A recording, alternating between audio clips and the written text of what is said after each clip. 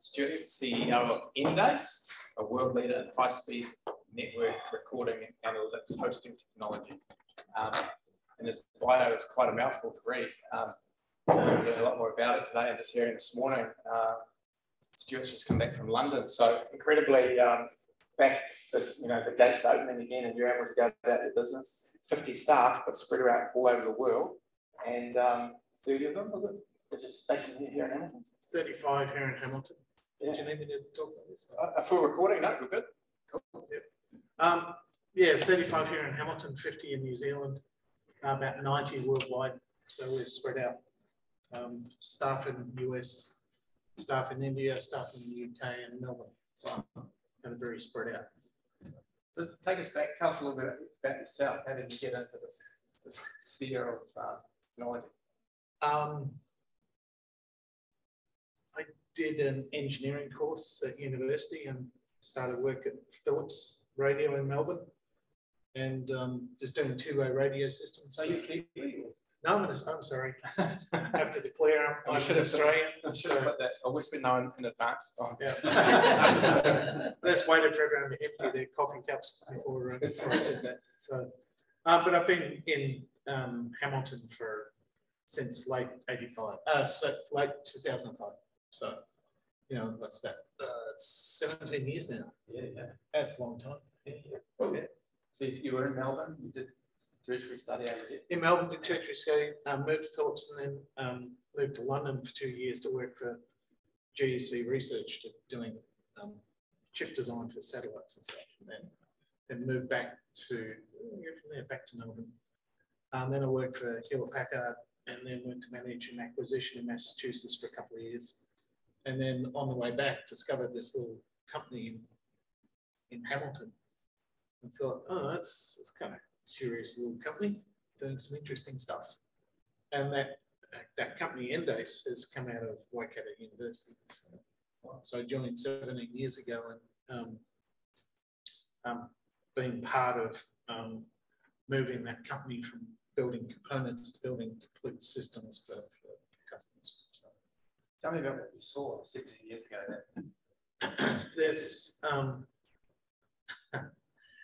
There's particular technical aspects of what we do which are incredibly difficult to do, and not many people really understand how fundamentally different it is. Because of the work I was doing in the States, I understood that particular problem. I could see that this little company in Hamilton in New Zealand had kind of cracked this particular problem, but very much a technical focus rather than a business or market focus. So they hadn't fully realised the potential of what they had. So that's what was attractive about it. So that's why I joined and doing this. Just in context from Hamilton versus the world point of view, you travelled, and this company in Hamilton, were you thinking, shit, do I want to come to this little city and little country? Or? Oh, absolutely. I still remember the first time I pulled up Hamilton on Google Maps. Back then, it was this great blob in the middle of green. It was like, where the hell is that? So I'd never been in New Zealand before, so I travelled here on an exploratory trip. Took a look. It was interesting. To be perfectly honest, I wasn't completely sure. So the first 6 months I spent here by myself while my family was still in Melbourne, and just making sure. And after 6 months, went and bought a house up Rototuna Way, which my wife had never seen until she arrived in the country. So that was fingers crossed. But that went well. So the family moves across, and moving countries is tough, and there's a lot of uncertainty. But we've loved being here. We're still here 17 years later. So you get children? Yeah, 2 children. My daughter's just finished postgrad in acting in Bristol, so she's living in London. My son's just doing his honours at Waikato Uni in ComSci. So almost at a house. So you're still, your home is here now, essentially? Or? Home is here in Hamilton, has been for 17 years. It's really a great place to bring the kids up. So how many staff did Endace have back then? When I joined, it was about 20 staff. almost all here in Hamilton, a few in Auckland, and a couple in the UK. So, did you come in as CEO? No, I came in as VP of Engineering, then CTO. Then we were purchased by an American company in 2013. And then after about 2.5 years, it didn't kind of work out. So we executed a management buyout in 2000. So you got bought out and then you bought yourselves back out? Yeah, in 2015. So, yeah, so we're wholly owned by. Just on that, did you go, I wish I did it before then because that price had gone up, or were you able to buy it back at a good price? Or? The acquiring company and Endace were not a good fit. So as often happens in acquisitions, everyone gets a rush of blood. Oh, we need to buy this company, they buy them, and then everyone sits down and goes, okay, what are we going to do? And we kind of discovered pretty quickly that there was not a great fit after we'd been purchased. And we tried to make it work. And then the American company was purchased by a bigger company. And at that point, the owner of that company, a guy called Hop Tan, and we realized that we weren't a good fit. So we came to an arrangement. So very much a matter of timing. And you have to be patient and you have to kind of strike when the iron's hot. So it's very much a case of waiting until the moment was right. Okay. And at that point, you're an owner shareholder in your own destiny? Yeah. So 2 of us own the company, and myself and the CFO. So yeah, we bought the company out, and we've been investing in a very definite strategy for the last 7 years since we bought the company, building the company back up again. Can you share that strategy? What is it exactly that you're investing in? This is your niche. Strategy is very simple. So inside we do cybersecurity defense, which is basically helping people who own really big systems. When I talk about big systems, we're talking about a big bank with an IT budget of maybe $4 billion US a year. IT budget. Huge networks, dedicated undersea cables, systems all around the world in every country, like huge systems. They're the sorts of customers we sell to. And whether you're a big customer or a big company or a small company, one of the bigger issues with cybersecurity is understanding just what happened. And it's interesting, we were talking about CCTV the other day. CCTV has become a critical component of physical security. Being able to see exactly what happened, is critical. What most people don't realize is that most cybersecurity incidents, nobody has evidence of what happened. They just make assumptions based on the remains. So we record everything on a network constantly down to the last little bit. And we record that for maybe 3 months. And often with cybersecurity events, you don't know what's happened until maybe 2 or 3 months down the track until you discover it. And so how do you go back and discover how the intruders got in? How do you discover what they took? How do you figure out exactly what happened so you can solve it dead? And here we're talking about Russian extortion or Chinese IP theft or other cybersecurity incidents or just misconfigured networks as well. Being able to go back that far and remember exactly what happened so you can reconstruct the events and go, that's it. So that is the difference with your technology essentially. Well, that's what we do. And our mission is to do that at what we call enterprise class. So the technology to record what happens on a network is reasonably available, but to do that on thousands of devices installed globally and for that to be reliable and very high performance and being able to manage it from a single point very economically, being able to make that what we call enterprise class is what's exceptionally hard. So, did you have any direct involvement with the recent NZX and or DHB? We were aware of them. Funnily enough, we're in the same building as DHB, but and we sell to the world's biggest governments. We sell to the world's biggest banks. it's all export. So yeah, GHB never been led or NZX, but that's okay. So I just want to explore that, but is there an opportunity there? Well, are they actually small compared to what you deal with? They're a bit small for what we deal with. Simple answer is we've been trying to sell them in New Zealand for 20 years and we've given up. So. Wow. Nobody, it's all export. And I think you hit on it. A large portion of it is that we target these really big organisations, these huge systems, and the scale's just not here. So, yeah. Interesting. I heard that IoT meeting recently. We heard from the chair of the NZX, and he talked about the breach. But basically, that he called them Russians, but he didn't know. You know, he was attacked, and they were held ransom. But they were just blind, decided they didn't know where it came from, how to deal with it. So it was an incredibly sophisticated attack. The people who attacked knew what they were doing. So with your technology, it picked it up really early. So we're there. We work with partners. So we're kind of the rescue team. When you want to find out what happened and figure it out and solve it, that's what we're there for. But we partner with other people who do advanced detection using AI or other sophisticated detection techniques. They're there to detect the threat, but they just tell you the threat's there. They don't tell you exactly what happened and solve it. That's what we're there for. And we partner with those analytics companies, you know, the IBMs, the Ciscos, the Palo Altos, the Dark Traces of the world. We partner with them because they do detection and we do evidence. So it's quite a sophisticated marketplace. So is your technology, is it something they plug and play, or is it quite bespoke, or how does it work? So it's quite straightforward. We ship equipment which is full of hardware and software, and we design some of the hardware ourselves here in Hamilton, and we design the software and we build the entire system. So we do what the Americans would call soup to nuts. So we design the hardware, we build the hardware, we produce it, we ship it, we support it, we do the whole lot.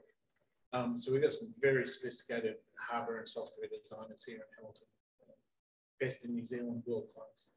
Did you say soup to nuts? Soup to nuts. It's an American expression. So you got your meal, right? And you start with soup, and then you have entree, and then you have main course, and then you have dessert, and then you have nuts with it. Right. Okay. I just thanks for clarifying. That's good.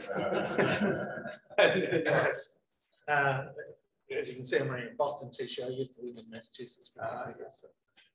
So they say like soup to nuts. Soup to nuts. Yeah. So we do that. So we got some very sophisticated hardware and software that we build in the system. So we build a physical system which we have built in Texas. They'll ship it to whichever country it goes to. It gets installed into the customer's data center, and then they turn it on and it starts capturing everything off the network, a bit like a big TiVo recorder, a big spy recorder. It just soaks everything up for months and months. And then then there's automation interfaces where they can attach that system and extract information based on certain criteria, certain search criteria to look for certain events at a certain time that match certain that project. So is yours purely to try and find where there's been breaches and correct them? Our job is to be able to remember exactly what happened, so you can see, so you can reconstruct the events. It's a bit like forensic reconstruction. So it allows the security professionals to get the exact information. They can reproduce exactly what happened and then remediate. So that's our job, is to do the remembering bit. So we record to allow our customers to respond. And in terms of going forward, what's your growth strategy? Is it easy to scale? Does it need people, human capital, or are you able to scale with your technology? We spent the last 7 years really optimizing our operational infrastructure, support databases, and cleaning up finances, streamlining operations, reducing the number of different products that we ship. We used to ship about 300 different product SKUs. Now we ship 7, and we're about to go to 3. So simplification of our business.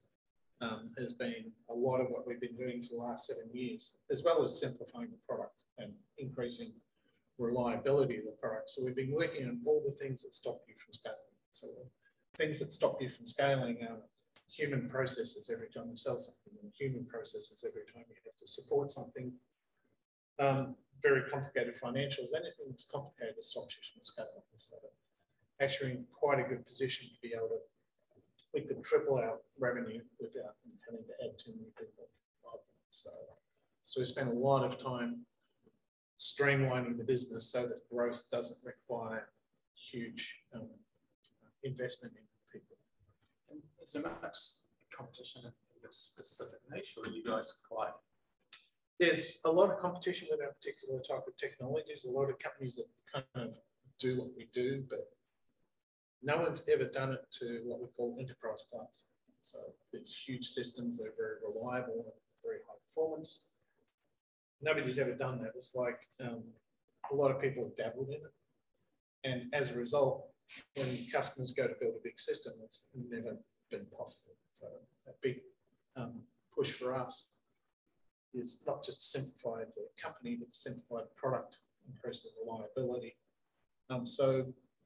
Our mission is to take a very fragmented marketplace with lots of people dabbling and become the dominant player in that marketplace.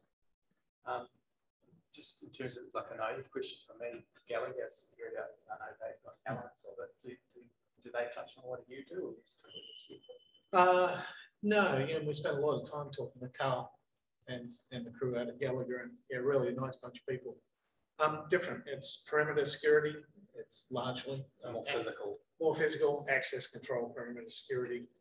People we sell to, we usually use a Gallagher system to get into their premises. So we're purely cyber defense. So that's allowing our customers to reconstruct cyber incidents so they can resolve them.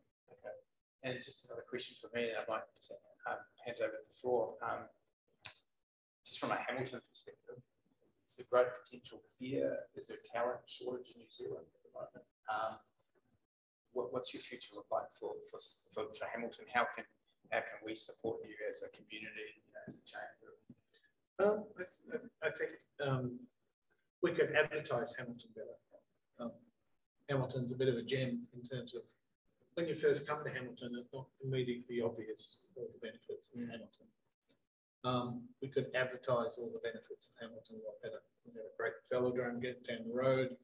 It's really good country living. It's very relaxed lifestyle. A lot of the reasons why our people want to come and live and work in Hamilton, especially if you're trying to attract people from overseas, which hasn't been possible for 2 years. There's a lot of good stuff here, and I don't think we advertise it nearly as well as we could. Yeah, that's really useful. Thank you. Does anyone have any questions they'd like to ask? Don, Jason, you say this spun out of Waikato University. Yep. Can you just expand on that a little bit? Because the university is a gem. I don't think that business in Hamilton really accesses the university brain power and people as well as it could. So how did Endace come out of the university? It spun out just before I got here. So there was some research being done in the computer science department by a guy called Dr. Ian Graham. He had a student, PhD student, Dr. Stephen Donnelly, working on it. They discovered that a lot of people wanted these components that were being built at the university. And that was the genesis of forming a company called Endace. Pulled in some senior directors, pulled in some funding, and then listed on the London Stock Exchange. So it kind of grew out of the university, which is the right way to do it. So universities are not great at commercial enterprise, but they're great at generating the seeds of technology that you can use. So the University of Waikato was involved in that. It's all above board in terms of the way it was handled. And Lightwire came out of there too, I believe. Lightwire. Oh, right. Okay. Didn't know that. sometimes it's difficult working with universities on a commercial basis. It can be awkward. Is that the IP element of it?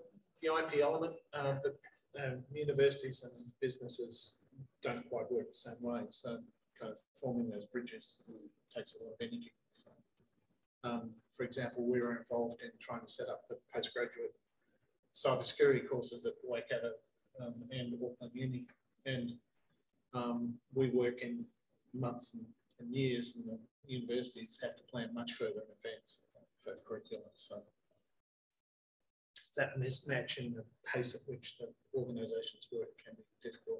It takes a lot of energy to get universities and business to work together. So, but a great example of how a seed of an idea sprung out of the university was turned into a commercial business.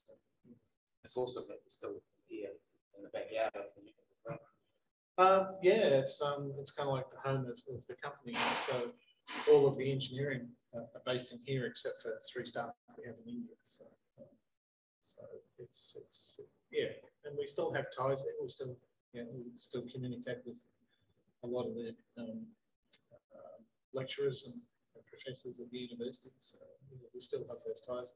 We sponsor cybersecurity challenges and other events. So. Sorry, I was just thinking, I'll go to Jason and Ruben. Yes. Just a selfish question, I suppose. Might help others, but DIY, individual, domestic, computer use. Are we generally, what's the cybersecurity like of the average Joe? I think worldwide it's pretty low.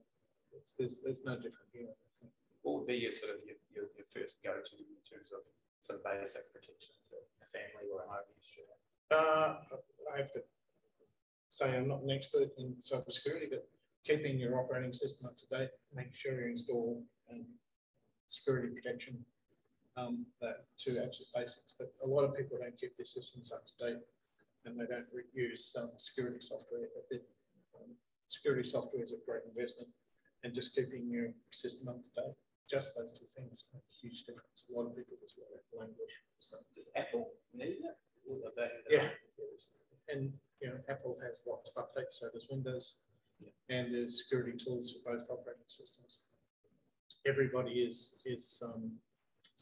everyone can suffer from either crypto ransom or IP theft. So I want to come back to my crypto, but I'll go to Jason and then Ruben. Just a quick question before I ask. Should we have LastPass or something like that? Is that a recommendation? I don't know that much about it. All I can say is we use a professional tool at Endace to protect everything. We use at least 2. And we pay a lot of attention to security. At home, we use Sophos. So whether it's Sophos or Norton or whatever, as long as you're using something, it's better than nothing. So I'm not an expert, so I couldn't recommend anything. So. The question I've known about Endace for a while. We worked in the KPMG building, and I've known about that. It was one of the great things about business is you're on the British stock. Well, it wasn't actually great because you're on the British Stock Exchange. What's this little company in Hamilton doing on the British Stock Exchange? And then I remember you going through your couples and all of that. So it's a fantastic business, and it's really interesting what the competition is, and where you play in that really great market.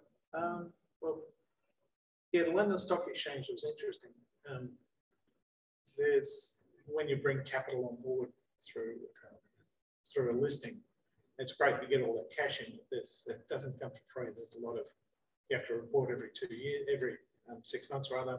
You have to make profit. You have to grow. There's always strings attached. So actually being private, there's definite advantages. But of course, you don't have that huge capital kind of pool to access. So there's pluses and minuses to being listed or owned by a VC or anything else. We like being private. We like being able to control our destiny. But yeah, being listed was great at the start, but became problematic at the end. Being owned by another company where the fit wasn't perfect was also problematic. So. Just a quick question. Neil Richardson, did he have anything to do with Endace? I thought he was yes. the starter. Well, the technical founder was Dr. Ian Graham. There was Selwyn Pallett, who was CEO. Neil Richardson was an investor.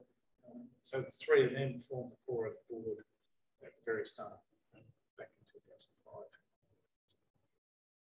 Yeah, stay in touch with you. It's nice way.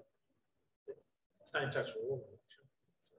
Bergen, did you have a question? The first was, given your personal technical background, it's quite interesting to see people in your time of your history of going up in technical sort of and then you come into a management structure and you've done quite well since you've taken it over. And the question was around that structure / board, around how do you differentiate your technical ability within your management / business growth ability, and you know, are you bringing in specialists around that? And the second question is more about what's your end game. Are you looking to sell to like Microsoft or Darktrace or that kind of thing? Oh, Darktrace is interesting. Yeah, actually, we partner with Darktrace. Partner with ours. Yeah, one thing I've learned about being CEO is there's no single kind of template. There's no single pattern. Use your strengths. My strength is technical. My strength is not operational. But we have a senior leadership team. You know, we have a VP of HR and we have HR legal. We have operations, senior VP of operations, VP of sales, VP of product management.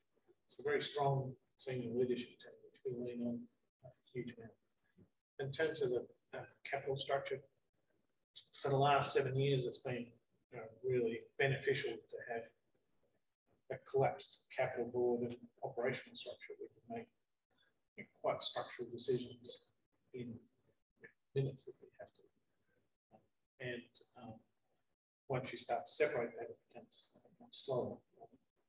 We're now getting to the size and the seriousness of our business. We're having to consider a more conventional structure. But a lot of those things are not cast in stone. You have to pick what kind of suits you at the time. And as you grow, things change as well.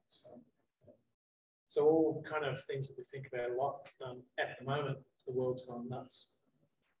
With Russia attacking everybody, we're finding that we're suddenly incredibly busy. So satisfying our customers comes first. Customers now, people inside the business come first, and then some of those other structural issues. So it's a bit of a generic answer, but I don't think there's a single answer to some of those questions about capital and structure. What's your sort of exit rate? It's a good question. I don't know. I think there's various ways you can handle things. I mean, you can try and grow a business yourself organically and build it, all the pieces over time. Just take on more salespeople, take on more channel management, more marketing, more engineering, just try and grow it organically, which has its own capital constraints. Or you can take on capital and get much faster growth, but then you have investors which you have to satisfy. I don't know. My personal view of what I've seen over the years is that every company is always considering all the options all the time. So I know that's a very generic answer, but I think it's true.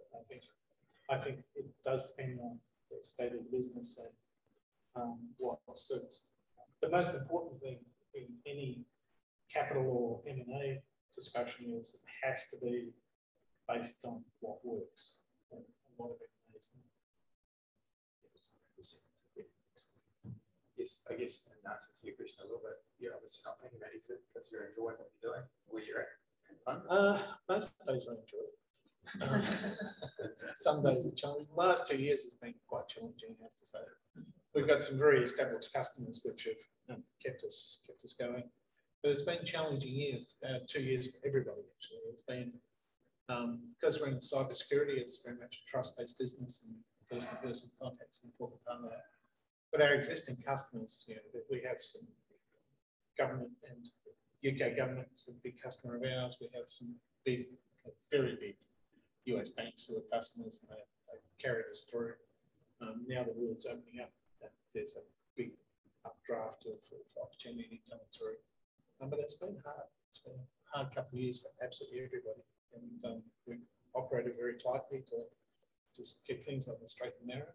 And but now we're starting to see the benefits of that approach. So, you mentioned crypto. I don't know if I'm venturing out of the sand a little bit, but is that something that you're involved with?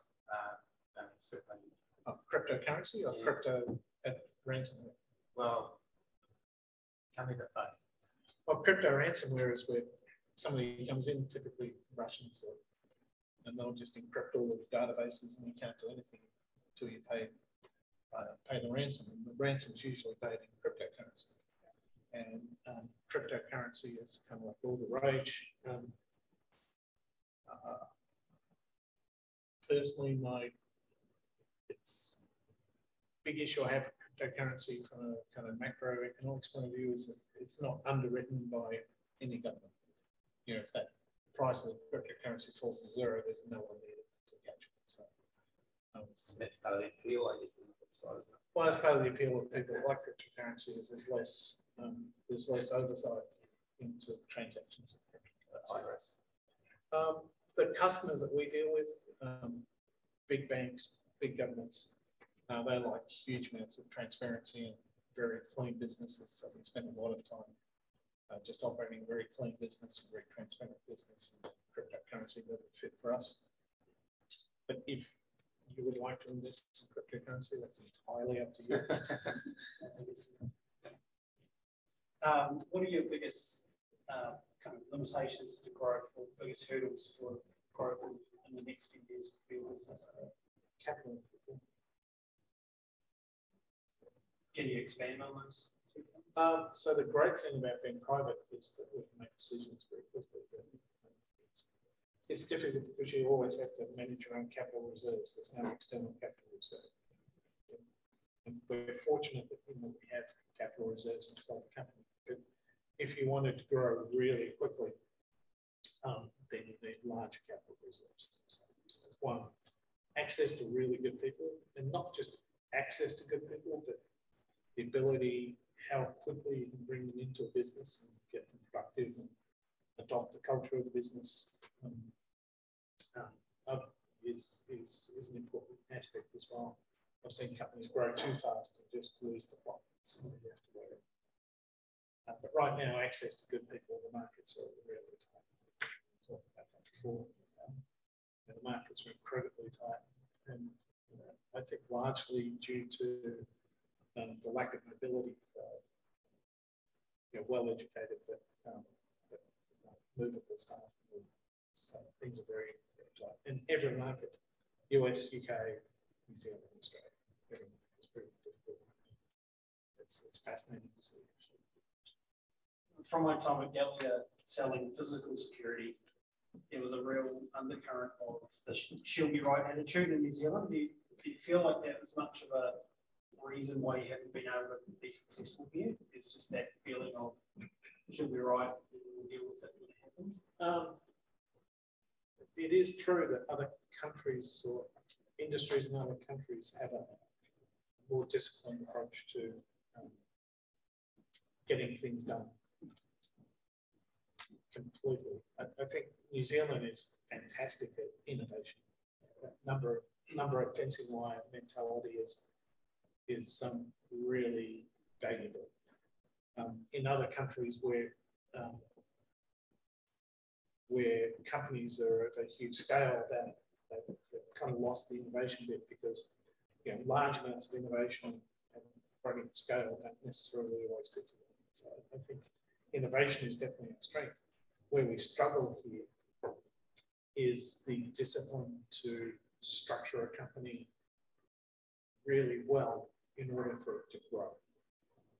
Because when you try and grow a company or scale a company, those discrete processes and getting things absolutely right, investing in the future, it becomes critical. And it's not our strongest. So, but the good news is, as we're actually taking Endace from a company that made components, now we build huge systems, global systems for customers. The good news is, we can learn how to do that. but it takes effort. It's not a generic trait in New Zealand. Yeah, some companies do it fantastic, but it's not as universal as it could be. So choosing my words carefully. I think innovation is great, but how to build a company really large is not. It's not that nature. We've probably got time for one more question and we'll wrap up.